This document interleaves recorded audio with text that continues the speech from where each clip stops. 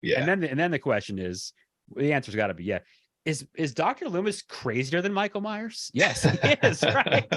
He's like the biggest victim of Michael Myers, though he doesn't But he's get not killed dead for, until he finally gets killed, right? Yeah. Right.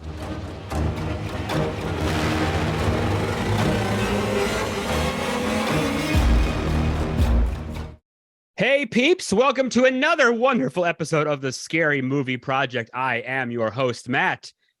Today's episode, two of my new best friends, Blaine and Austin from the Halloween Lives podcast. Years ago, I wrote a little piece about every Halloween episode up through Halloween H2O. Well, now I want to do it verbally, and I have these two great gentlemen to help me out with this. We are going to go through every episode. We'll touch on Rob Zombie's films. We'll touch on David Gordon Green's films.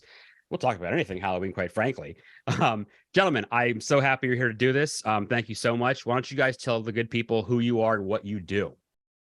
Yeah, definitely. Well, first off, thanks for having us on. Obviously, always a pleasure, and we love talking about this stuff. So thanks for having us on. My name is Blaine Duncan. I'm one of the hosts of Halloween Lives, and just a big Halloween fan in general. I mean, everything from obviously the holiday to the franchise, and and I'm sure we'll get into how Austin and I started the podcast. But just big horror fan in general, and love talking about the franchise. I'm Austin Duncan. I'm Blaine's brother. I grew up, Blaine's 11 years older than me, same parents. I was an accident, and he indoctrinated me into horror movies from like way too young of an age. Haven't done anything crazy yet, so I don't think it totally screwed up my brain. But yeah, I'm a lover of all things spooky because of that. Well, it's plenty of time for your brain to get screwed up. There's, don't worry about that. Well, thank you.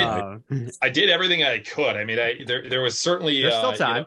There was a point when we were growing up where I specifically remember my mom being like, "Hey, or our mom being like, hey, you probably shouldn't be showing him this stuff." It's like, oh, he's got to grow up. He's got to learn this kind of thing. Here we are 30 years later, and you're still going strong. Right. So right. Yeah. So tell me real quick. Yeah, you guys tell everybody. Yeah. How did you guys get going? How did this start? What is the genesis of this, as they say, right? Yeah. So we, Austin and I have obviously, we're best friends. We've got a great relationship, and we've always talked about doing a podcast. That was always very important to us. We wanted to share our love of something with people.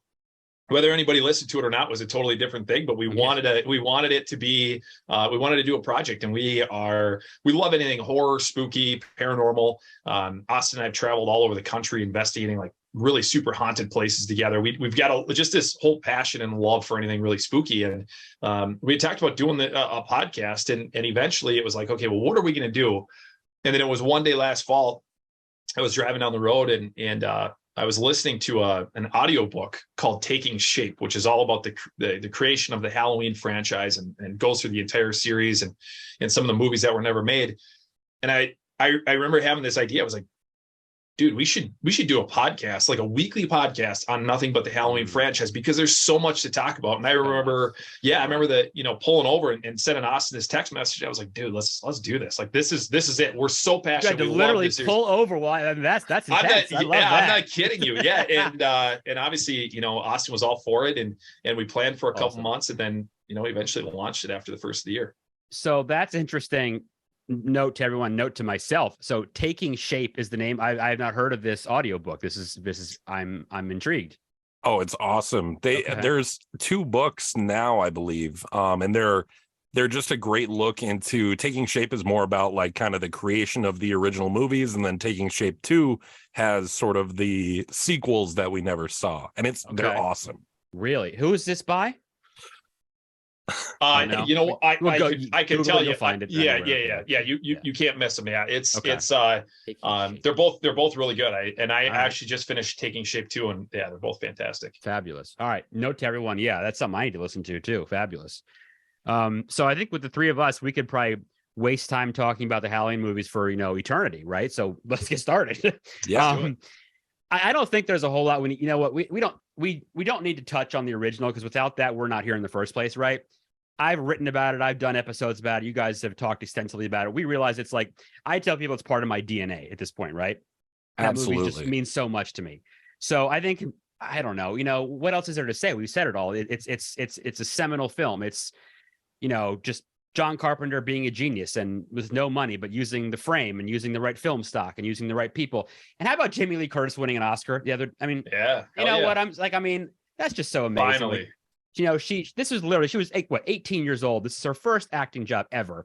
And she's up there getting an Oscar now it's just like, wow. Okay. So I love how that ties in together. I mean, quickly, like a 30-second pitch. What can you say about this? And then we'll move to the next films. You know, I don't know. What else is there to say, right? Yeah, I think it's kind of, for me, the perfect horror movie. It's everything I want in a horror movie. It's very creepy. It's more about the anticipation and the buildup than it is about blood and gore or anything other than that. It's more just, I like to feel creeped out when I see a horror movie, and the Halloween, specifically 1978, does it better than anything else. The other thing that's really interesting, and we've talked about this on our show, but it's good to tell you, is that so Halloween 1978, it's my ultimate favorite movie, definitely my favorite horror movie, and I think it's probably Austin's too, or one of his top favorite movies. Favorite film of all time for you too? Really? My favorite, absolutely. I love it. It's in my top 5 movies of all time. But yeah, okay, yeah, it's definitely up. So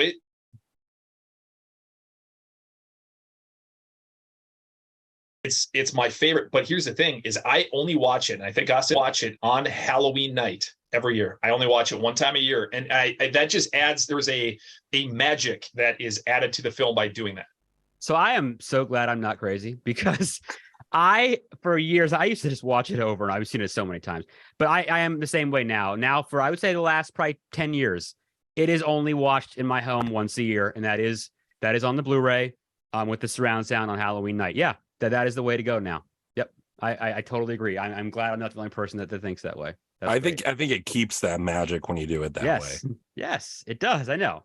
I think that's true. So personally, I love part 2. I think Halloween 2 is great. I know that it was not as, I guess they originally didn't make it as violent as they said. They shot a lot more to make it, boiling, the hot tub and sticking the nurse's face that she comes out and again till the skin melts off. And Halloween 2 has one of the great scenes as far as I'm concerned, in movie history. When Michael Myers walks through the parking lot and walks right through a glass door. He just walks right through it. Yeah. I don't have time to open doors. I'm going to go right through it. He was on a mission. I mean, that to me is, where's an Oscar for that? Right. Exactly. Oh, God. It's so true, and that's the thing, is there are some great moments in Halloween 2, and it is, I think it usually ends up on the higher end of somebody's list when they talk about sequels, they talk about rankings, because what I love about it is just that continuation of from 1978. Like, they did a really good job. More of the night he came out. Yeah. I mean, they did such an awesome job. The way it opens with it had, taking place right outside the Doyle house. Like, I love it. Treated to death. He says, "You don't know what death is." Right. Yeah, exactly. Yeah. And it's a really well done movie. There are some parts of it that are cringeworthy, like Jamie Lee Curtis's wig. It's like, man, how did you miss the ball on that? It just drives me nuts. But yeah, it is. It's a great, I love it. It's a great movie. Yeah, it is good. I like it. Yeah, I would have to agree. I think it captures sort of the vibe of the first one better than any of the other sequels, I feel like, just because it is an immediate follow-up. And I'm a huge fan of Dick Warlock's performance as Michael Myers in that movie. I have a signed picture in my house from him. I met him years ago. I'm happy to have that. Yep, he's great. That's cool. Here's the question. Can you listen to Mr. Sandman without getting terrified, though, now, if you hear it? It's like a lullaby to me now. I love that song. It like means the world to me now. Years ago, when they were still playing, old 50s and 60s on the radio, my mom used to love that song. It would come on. I'd be like, oh, God, oh, God. Yeah, no, exactly. It's funny because I was just this afternoon, I was going out and I had to get some gas. I was driving down the road, and what comes on the radio? It was through my Are you serious? Yeah. Oh, my God. Through my truck. And it was coming through my phone, and I was like, dude, I got to listen to it. I can't skip over this song. It's such a classic, and just instantly makes you think of Halloween. Yes. And I think it terrifies me kind of. It's one of those trigger things. I get scared when I hear it. Right.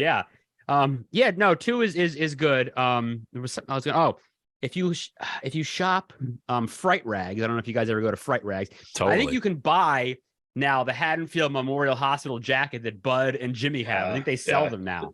Yeah, isn't that cool? Yeah, I love, like, that's the thing that's so cool about this franchise is there are so many awesome pieces of merchandise and what people have done with it. Yes. It's just it's unlike anything else. I mean, it's just, some might call it almost like a little bit overexposed. Like, there's just so much, but I love it as a fan. I just can't get enough of it. There's never such thing as too much of that stuff. No. Right. Thoughts on Halloween 3 Season of the Witch, which, to everyone who's listening who doesn't know enough, Michael Myers is not in this film. This is very different. This is not about him. This is a movie about the silver shamrock mask maker that, tries to take over and kill children, and the song will get in your head forever. It's on it. So you have to, I don't know. Do you feel like you have to watch it on its own, though? Do you have to think like the mindset of this is not Michael Myers? Like, what do you guys think about that? I do. Yeah. I do. I think you have to, I think it's been said time and time again that they should have just called it Season of the Witch. It should have been a separate film. Yeah. I agree with all of that, but I also understand, knowing what I know about it, they were taking the franchise in a different direction at that point. And if they had done the Silver Shamrock Halloween mask idea for Halloween 2, we probably wouldn't be sitting here talking right now about this franchise, because but they set themselves up for failure in a way by doing Halloween 2 with Michael Myers. So then to introduce this whole different idea, I get why people would be upset and mad about it. Personally, for me, it's probably a top 10 favorite movie for me, just across the board. I love it. And it's one of those things that I actually didn't even see until probably 7 or 8 years ago, because I in a way refused to see it because it didn't have the guy in it, right? I wanted to see a Michael Myers film, didn't watch it, and finally I did, and I was like, damn, this is good. I like it. So you just love the synthesizer music throughout the movie. I think you can't beat it. Yeah, you can't beat it. Yep. No, I think Blaine showed it to me because we were both haters on Halloween 3 for the longest time. We're like, well, we don't want to watch this. I mean, it's kind of like a part 5 of Friday the 13th, where it's not the guy. I mean, even that one's way closer. Good call. I like that. But like, after we watched it, we were like, oh shit, this is pretty sweet. And it's got, if you love that like 80s cheese vibe, it's amazing. I love this movie, and I think it's criminally underrated. Is it Tom Atkins? I mean, he's great, right? Tom Atkins, the mustache, the man, the myth, the mustache. He's still around too. He's in his 80s. He is. He's an awesome dude. I met him at a convention. He goes to cons, doesn't he? Yeah, dude, he was so cool. He was like, at night he was just downstairs drinking his Mick Goldens with fans. I mean, it was cool. Awesome. He was just walking around. It's like, man, he could be up in his hotel, hanging out, doing whatever, and getting away from people, and he just wanted to be around his fans, which is cool. Which I love. I mean, we always talk. I've met a lot of. I have met PJ Souls. I've met Nancy Kyes, who played, and I've met Nick Castle and Dick Warlock. And I mean, like, and I've met a ton of folks from Rob Zombie's Halloween. And that's the thing. Like, at these shows, I'm out here on East Coast, so I go to Jersey, or I go to Maryland, where they have them. And these folks, like, they hang out. Yeah, they're in the hotel. They hang out with you. What other genre of film can you go do that? That doesn't happen. Like, comedies. Like, this people don't do that. Not at all. That's Austin and I have talked about that. It's the horror community in general is such a supportive fan base, and such a supporters of each other. And it's like, I think you look at in general, and this might be getting way off topic and too deep, but I think when you look at, like, probably a lot of us were nerds in high school. We may not have been the cool kids. We may have found our sort of niche with a weird group of people, or just watching horror movies was looked down upon. And I think there's so many of us that sort of come from maybe that world where you relied on your friends, you relied on not being judged by each other. And I think that's why there are so many people in the horror community that just they're just so supportive. I mean, it's unlike anything I've ever experienced in my whole life. It is very cool to see all those people, and they're always super friendly. And yeah, you're right. That's a good way to put it, I think. One of my favorites, maybe my second. First, the originals are favorite, of course. I gotta say Halloween 4 might be my second favorite. I love this movie. I really do. That intro, that like 30 to 45 second intro. I mean, I could literally just press rewind, go to YouTube. People have posted that, like, on just that opening on YouTube. What is more seasonal and specific to an event like Halloween than that? And that's how the movie starts. I love Halloween 4. I love it. I don't know if you can tell, I got goosebumps just thinking about that intro. It's such an awesome, like, if I want to feel like it's Halloween right now, that's the way to do it, man. Yes. Yeah, it's a fantastic film. It ended up, so Austin and I did our ranking of the series, and from everything that's been done from H78 all the way up through the David Gordon Green trilogy. Sure. And it ended up number 2 on my list. That's all right. You know, behind 78. It is such a great movie. And I think it was 3 for Austin. Yeah, I did. So H1, H2, and H4 were my top 3. Yeah. So we're already covering my favorites. Yeah. It's all downhill from here. Yeah, exactly. I'm just going to get more pessimistic as the show goes on now. I think we had mentioned before about on-set cinema and traveling. I know that. So that was shot in Utah, I think. Mm-hmm. And I believe if you search, that's the great thing about horror stuff. You can just Google you can find any movie location. Fans have flocked to these places. And you can find anything. So I've seen the farm and the place on Google Maps where they shot all this. You can really go there. My God, that's 35 years ago at this point, probably. So who knows what it looks like anymore. But that's amazing. Yeah. I love the whole passing on the curse thing to her. I just think it's really well done. I love the shirt she wears. Cops do it by the book, or what is that? Yeah. And then and then telling, asking, you know how to use the shotgun? Yeah, yes, sir. That catches my daughter. I'm gonna use that shotgun on you. Right. Yeah. Well, that's the thing is, like, the whole movie in my mind, outside of the original, is the most Halloween feeling, like as far as like atmospheric. It's the most Halloween feeling. Like, you feel like it's Halloween in that movie. And the way they capture that so well is that's why it's so high on my list. I mean, it's just such a fantastic film. That's a great point, because I know the director, I've seen the commentary, said, he wanted rain, wet everywhere, leaves everywhere. The scene with the kids in the school bus and coming out of school. Like, you remember being like 8 years old and this like on Halloween day. It was like the best day of the year. Yeah. Well, and that's what I love about that movie is they're like, outside of Michael Myers doing his Michael Myers stuff, you've got like real Halloween activities happening through the movie. You've got Jamie going to get the costume, and then you've got the Halloween party at school. It's Halloween all the way through. It really is. What was the great? I was going to say something about something funny. Oh, and of course, the whole redneck militia thing. I mean, whatever, take it or leave it, I guess. They're trying to do their thing. They're trying to help out. That's kind of an interesting part of it in there. Yeah. Well, and I always laugh when I watch that, because at the end, they're taking Rachel and Jamie, and they're getting them out of Haddonfield, and they're driving down the road in the truck, and here come the state troopers, and they're like firing their shotguns into the air as a state. And I'm like, what cop would be like, what in the hell is going on here? I got somebody shooting a shotgun in the air. I mean, it was just, but it's a great film. And I think as far as horror sequels go, I'm talking the big picture, horror in general, I think Halloween 4 stacks up for me as one of the absolute best horror sequels in the entire genre. And you had a good 7-year wait, because Halloween 2 was 1981, right? Yeah. Mm-hmm. Yeah. So you didn't get Halloween 4, and we're not thinking about 3 because that's whatever. Right. But 4 doesn't come out till 1988. So right. Exactly. Pretty good. Oh. How about I love the crazy guy who picks up Loomis. Yeah. The priest. You're hunting it, ain't you? Yeah. It is. It's a really, like, there is not a part of that movie. And as much as I love this franchise, I'll be the first one to criticize it, that there are parts in almost all of them that you kind of, you pick up your cell phone, you check Facebook real quick, you get up and go to the bathroom, whatever it is. Right. And with Halloween 1978 and Halloween 4, for me, there is not a moment in either one of those for me. Mm-hmm. I like that. So then you have in my opinion, hastily put together Halloween 5, right? Comes out a year later. It's not great. It's not great. Nah. I don't know why they live in this bizarre Gothic house all of a sudden. Right. I mean, I do love the hilarious with cops making fun of themselves and the silly clown music they play. If you guys remember that scene I'm talking about. Oh yeah. Yeah.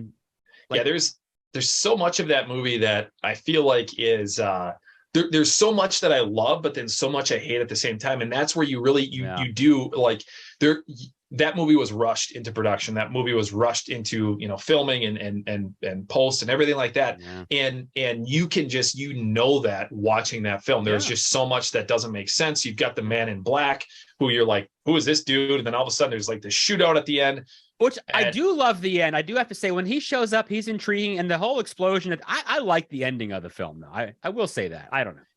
It definitely made it definitely provided a different direction for the franchise, and it also made, when Daniel Farrens wrote Part 6, the fact that he was able to sort of take what he did in Part 6 from Part 5 and sort of interpret, maybe because the director, I don't think really he was like, I'm making Halloween 5 and I'm not making another one, so I don't really care what happens after this. So to have Daniel Farrens do what he did with Part 6 out of what he had out of Part 5 is pretty cool in my mind. Okay. Yeah, there's just a lot of weird Michael lore that starts to appear in Part 5. Yeah. Where, it kind of comes down to your personal taste on what you think the shape is.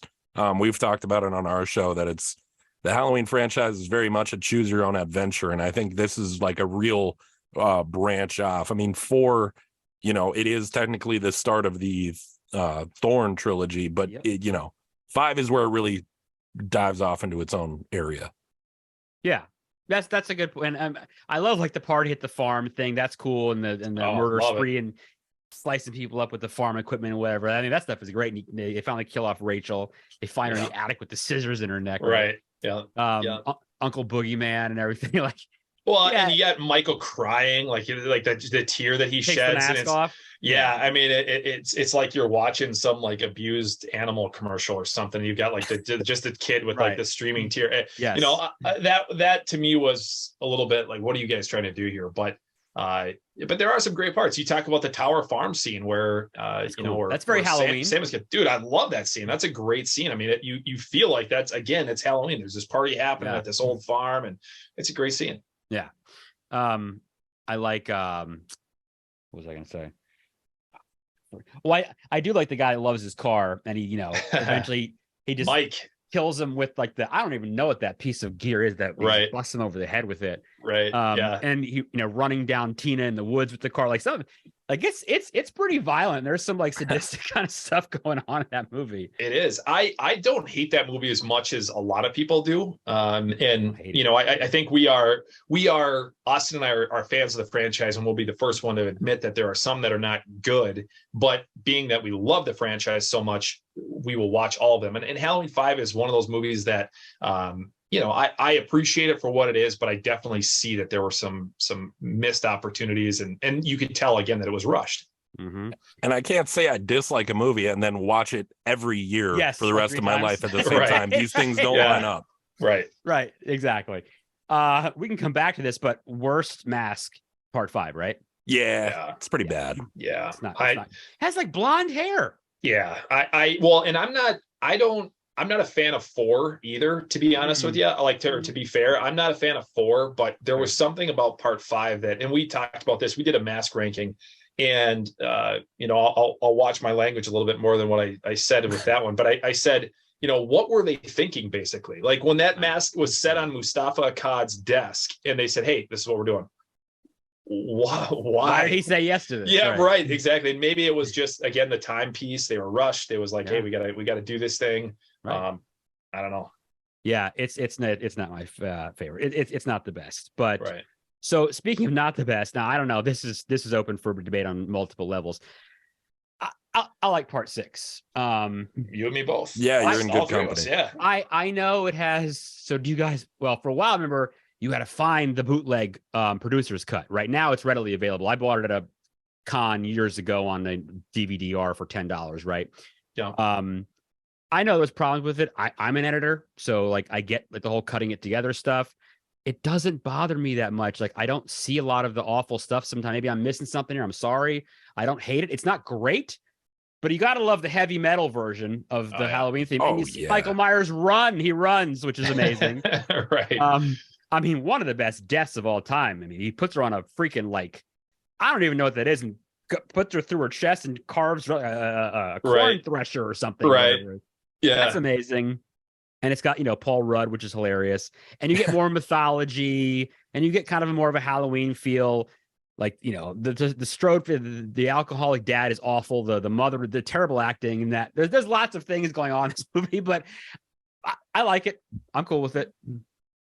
Yeah, it's kind of one of those movies where, like, on paper, yeah, you should be like, well, this is obviously one of the worst Halloween sequels. But yeah, Right. I'm in the same boat. I watch it and I enjoy it far more than half of the other movie. I think it's a great movie. I love the way Michael looks in that movie. I think he looks badass, and it's probably one of the most like macho Michael Myers you get throughout the whole series. But he's just angry. Yeah, he's a pissed off, angry Michael, and that's we talked about this too on our show. Is that I think Halloween 6 has the best deaths out of the entire franchise. Like, they're just fantastic kill scenes. Oh, the dad when the washing machine down the basement, right? Yeah, killing right. Jamie at the beginning, and of course the jerk off DJ. You know that. Yeah. Oh yeah. Yep.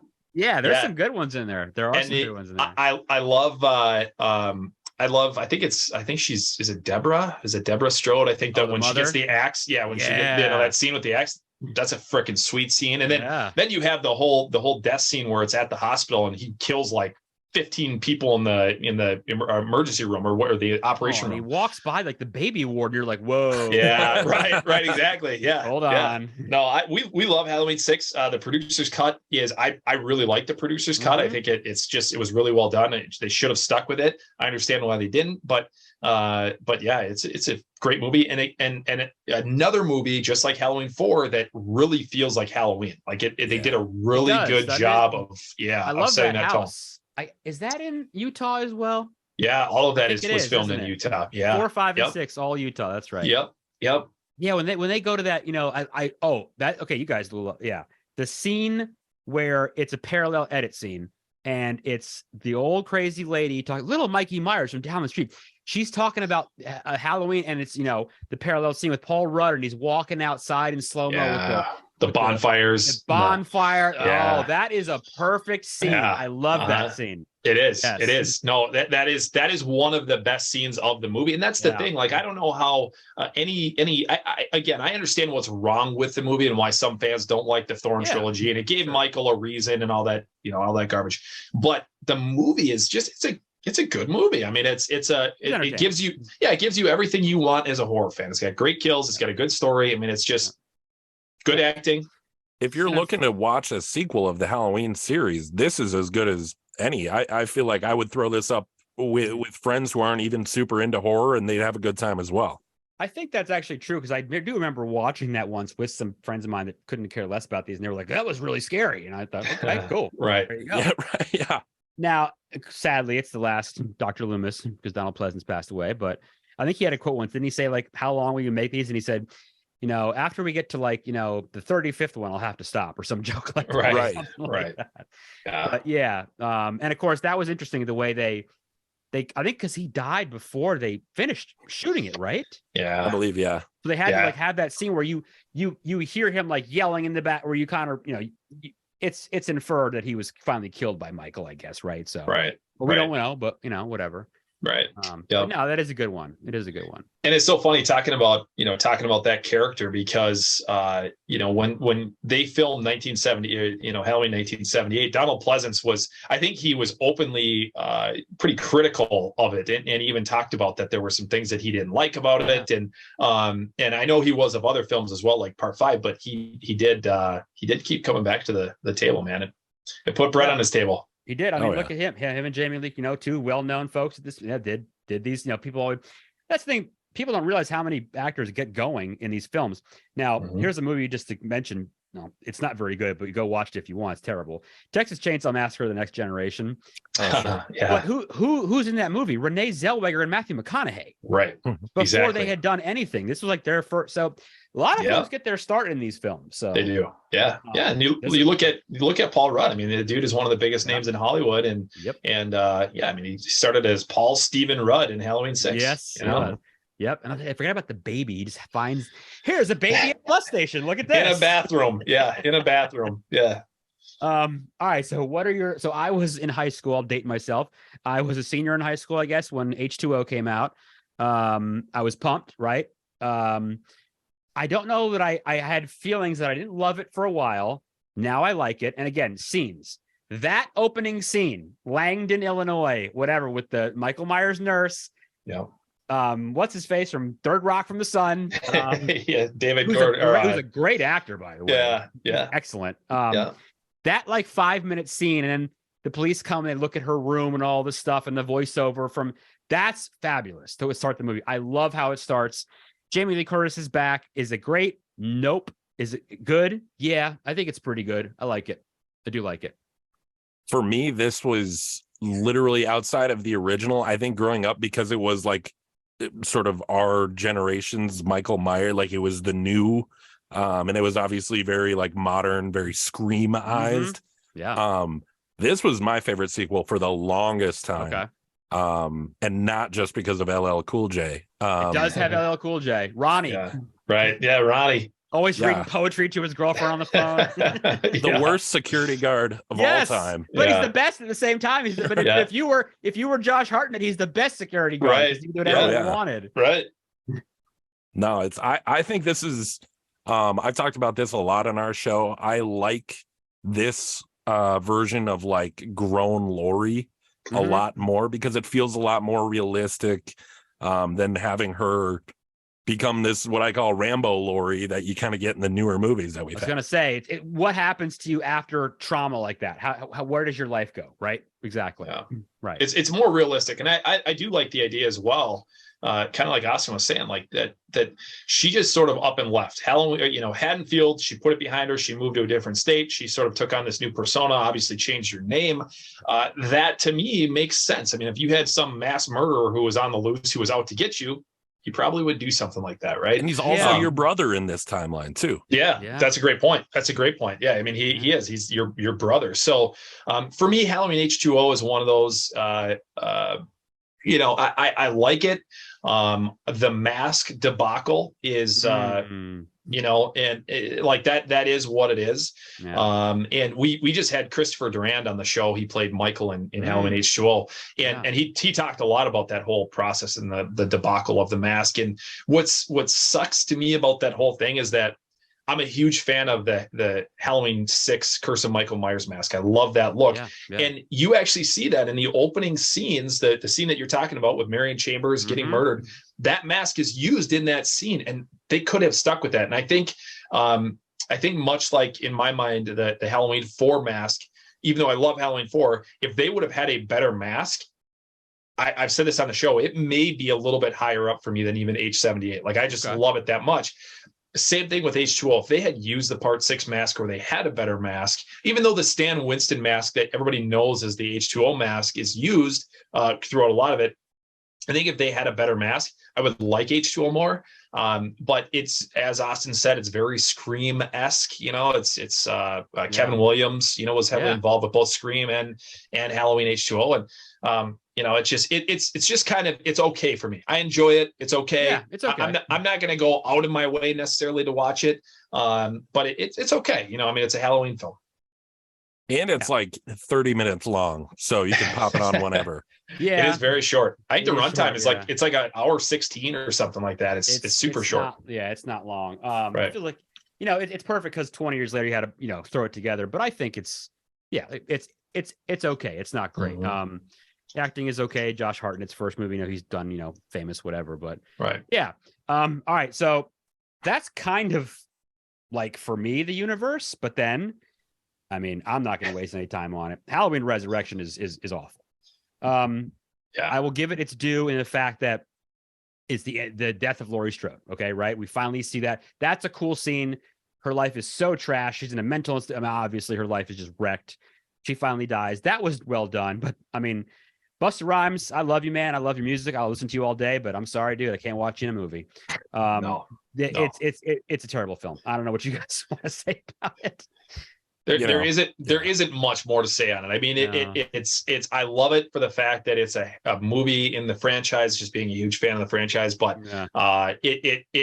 going back to sort of my comments before about there's times throughout most of the movies in this franchise where you look at Facebook for a second, you get up to go to the bathroom.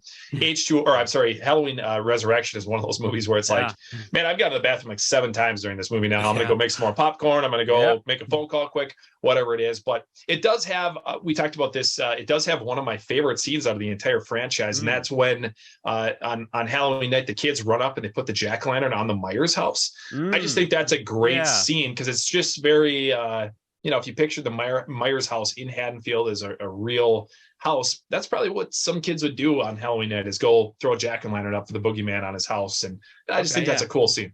Yeah, I agree. It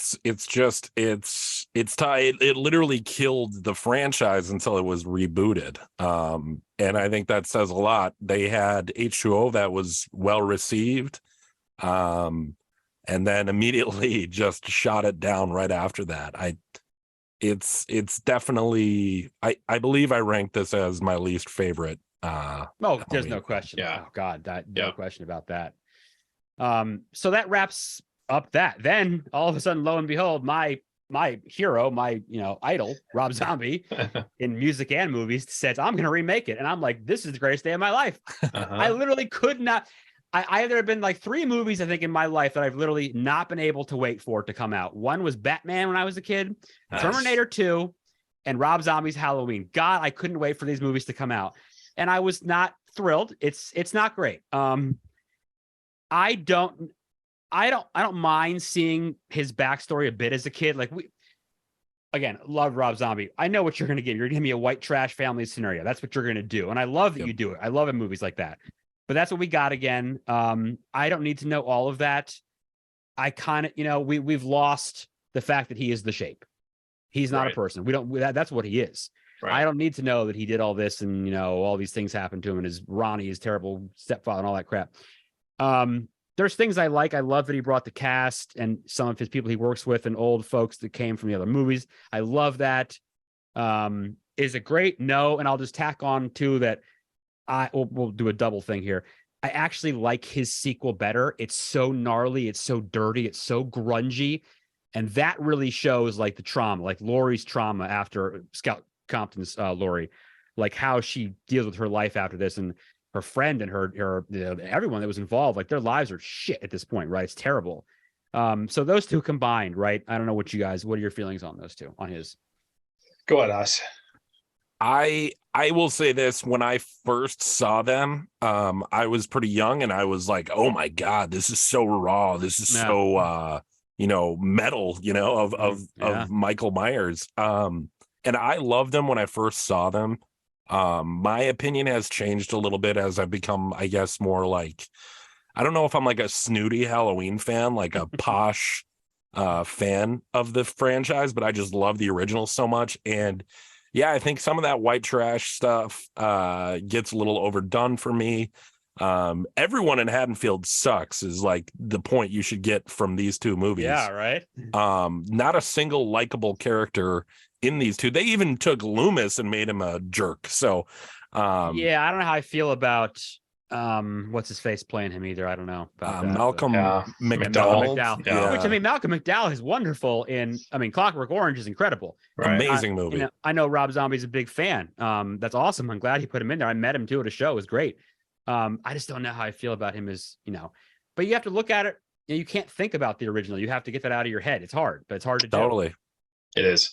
I agree. I was very excited, like you. I was very excited when Halloween came out, when they announced that it was being remade. I didn't know Rob Zombie's work that great outside of just a few of the movies that he had done. But I 1,000 Corpses. Right, exactly. Yeah, I had assumed Lords of just Salem. like you. I love Lords. I love Lords of Salem. Then again, fair enough. He made that after the Halloween. Exactly. Yeah, for sure. But here's the thing: is Halloween. I appreciate the fact of what he was trying to do. He made it his own, and I look at Halloween '78 as my personal favorite movie of all time. You're not going to ever beat that. So if you're not going to beat it, but you know that you're being given the opportunity to remake it, make it your own. Do what you need to do to make it your own, and that's what he did. So I like Do I like everything about it? Absolutely not. It actually both Halloween, 2007 Halloween, and then the 2009 remake or part two. They both fall to the far end of my list for me. Not last, but they fall to the end of my list. And I appreciate them for what they are, but they're by no means my favorites throughout the franchise. Yeah, I think that's very fair. I think, like I said, it's very metal and raw, and that's if you have, well, if people still watch DVDs, I do. If you have it, you can watch it on YouTube. Probably there's a great 4.5 hour making. There is, it's really, really good. Yep. Yeah. Now for me personally, I don't know if you guys agree. I'm just going to throw out there as the typical male Halloween fan. I'm very happy Danielle Harris was in both films. Right. Yeah, we're fans. We love her. We love her. Yeah. She was, and what's her Scout does a great job as Laurie Strode. She's really good. Yeah. She's really good. And his cast is good. Rob, we love you. We want you to listen to our show, of course. But yeah, there are things that are very, I think he talked to John Carpenter and he was like, hey, I'm going to do this. And John Carpenter was like you said, do it yourself, do your own thing with it. Make it happen. Exactly. So it's a cool, different universe to look at. And I like that aspect of it because it's very different than any of the other movies. It is. And it reset. Very. I mean, he brought the franchise really back to light, because after Halloween Resurrection, we were headed for straight to video Halloween films. I mean, this was going down the Pinhead direction or the Hellraiser direction. That was the direction the franchise was going, because they took this absolute dump of a movie and put it out there, and it was the franchise was dead. So I appreciate the fact that he brought it back to life. He did CPR on it, and it made it, and it brought it back to us. And now we've had 5 films since that point. I mean, it's great. Right? And I love, there's a great shot there at the end of Halloween 2. Well, depends which version, whatever you're watching. Maybe it's in both. I don't remember. Where they finally lock up Laurie Strode in that room, and the Lash is just walking down this great trucking shot down the white hallway, and she's just looking crazy. It reminds you of Norman Bates from Psycho at the end. Yeah. So good. So good. So, all right, we're almost at the finish line, right? Yeah. But we got to jump into it. We have to, because they just finished the wrapping with these and they just came out. Give me your guys. So I'm going to let you guys run the show on this one. Tell me what you guys think about the 3 David Gordon Green: Halloween, Halloween Ends, and Halloween Kills. What are your thoughts? Yeah. So I'll tell you. So when Halloween 18 was the only movie that Austin and I didn't see together of the trilogy. We've obviously since watched it together, but when I first saw Halloween 18, you want to talk about being excited for a film. That's, the way you were for Rob Zombie. That's how I was for this. Right. Good. I was surprisingly disappointed the first time I saw 18. I was kind of like, man, I think they missed the mark a little bit here. I don't like how Michael was sort of killed off supposedly in that one. I've grown to love it since. It ranks very high on my list for me. I've grown to appreciate what they were trying to do with it. I didn't care for the Rambo Laurie as Austin talked about. Yeah, good point. Yeah, so I didn't care for that, but I do love it now. I really appreciate it for what it is. Very Halloween feeling. They did a good job setting the tone of Halloween. It's Halloween, very stylized. It's very well produced. It looks good, right? Yep, for sure. Halloween Kills for me, not a fan. Not a fan at all. I don't like the evil dies tonight chant over and over and over beat into your head. I don't like that. Did that mean something else to you guys? Was that a metaphor for something in any way? Do you think of anything? It could have been. Yeah. I wouldn't be surprised if it was. Yeah. It very well could have been. But I didn't like that. I didn't like the fact that Laurie went from literally having open stomach surgery. She's on the operating room ready to die to 2 hours later. She's walking around and stabbing herself in the ass with, some sort of I didn't like that whole piece of it. Halloween Ends for me. Love it. I know it's very divisive. I know my least favorite. Yeah. Oh, wow. See, here we go. So it's interesting to talk to you. I like it. I understand why people don't like it. I understand why there are things in it that people are like, dude, that thing sucks. Michael's not in it. It's a love story. It's this, that, the other thing. Totally get it. There you go. I do appreciate it. I would rather watch Ends than Kills all day long. Okay. Yeah, I'm in a very similar boat. 18 to me, I talk about kind of having, obviously these films are produced by Blumhouse, and I think The first two for me really suffer from being a little too Blumhouse Hollywood. I don't really know how to explain that, but I know exactly what you mean. It's kind of like, okay, we're appealing to, we're being a little bit more like mass audience here. Yeah, yep. Totally. And yep. Those, there were parts of that in 18, and that's why it brought down that movie for me. I was like, oh, this is really great, but there's this Blumhouse thing going on. And then Kills was like, took that to 11. And I here's what I'll say. I understand why people love Kills, because you're getting like such an aggressive Michael Myers. There's a kill every minute in that movie. And he's just wiping out Haddonfield. But for me, the evil dies tonight. Like the overacting in that movie, there was just some really cheesy lines. It's cool having Michael as basically the main character that we follow from scene to scene. That part is cool. But yeah, for me, that one's really down on my list. And then the conflict continues. I love Ends. I mean, I had the movie spoiled for me, and I think this actually helped. I had the movie spoiled for me on Reddit months before it came out. Oh wow, that sucks. Yeah, it sucked. And I read it on paper, and I had the same reaction that the people who hate Halloween Ends had back then. And I was like, this movie is going to be hot garbage. And I went into it and I was like, oh, they kind of worked out for me. But yeah, no, I get why people don't like that movie. I think it's kind of an interesting thing. And I also think it's going to be like a Halloween 3, where later on in time, people are going to find a love for it.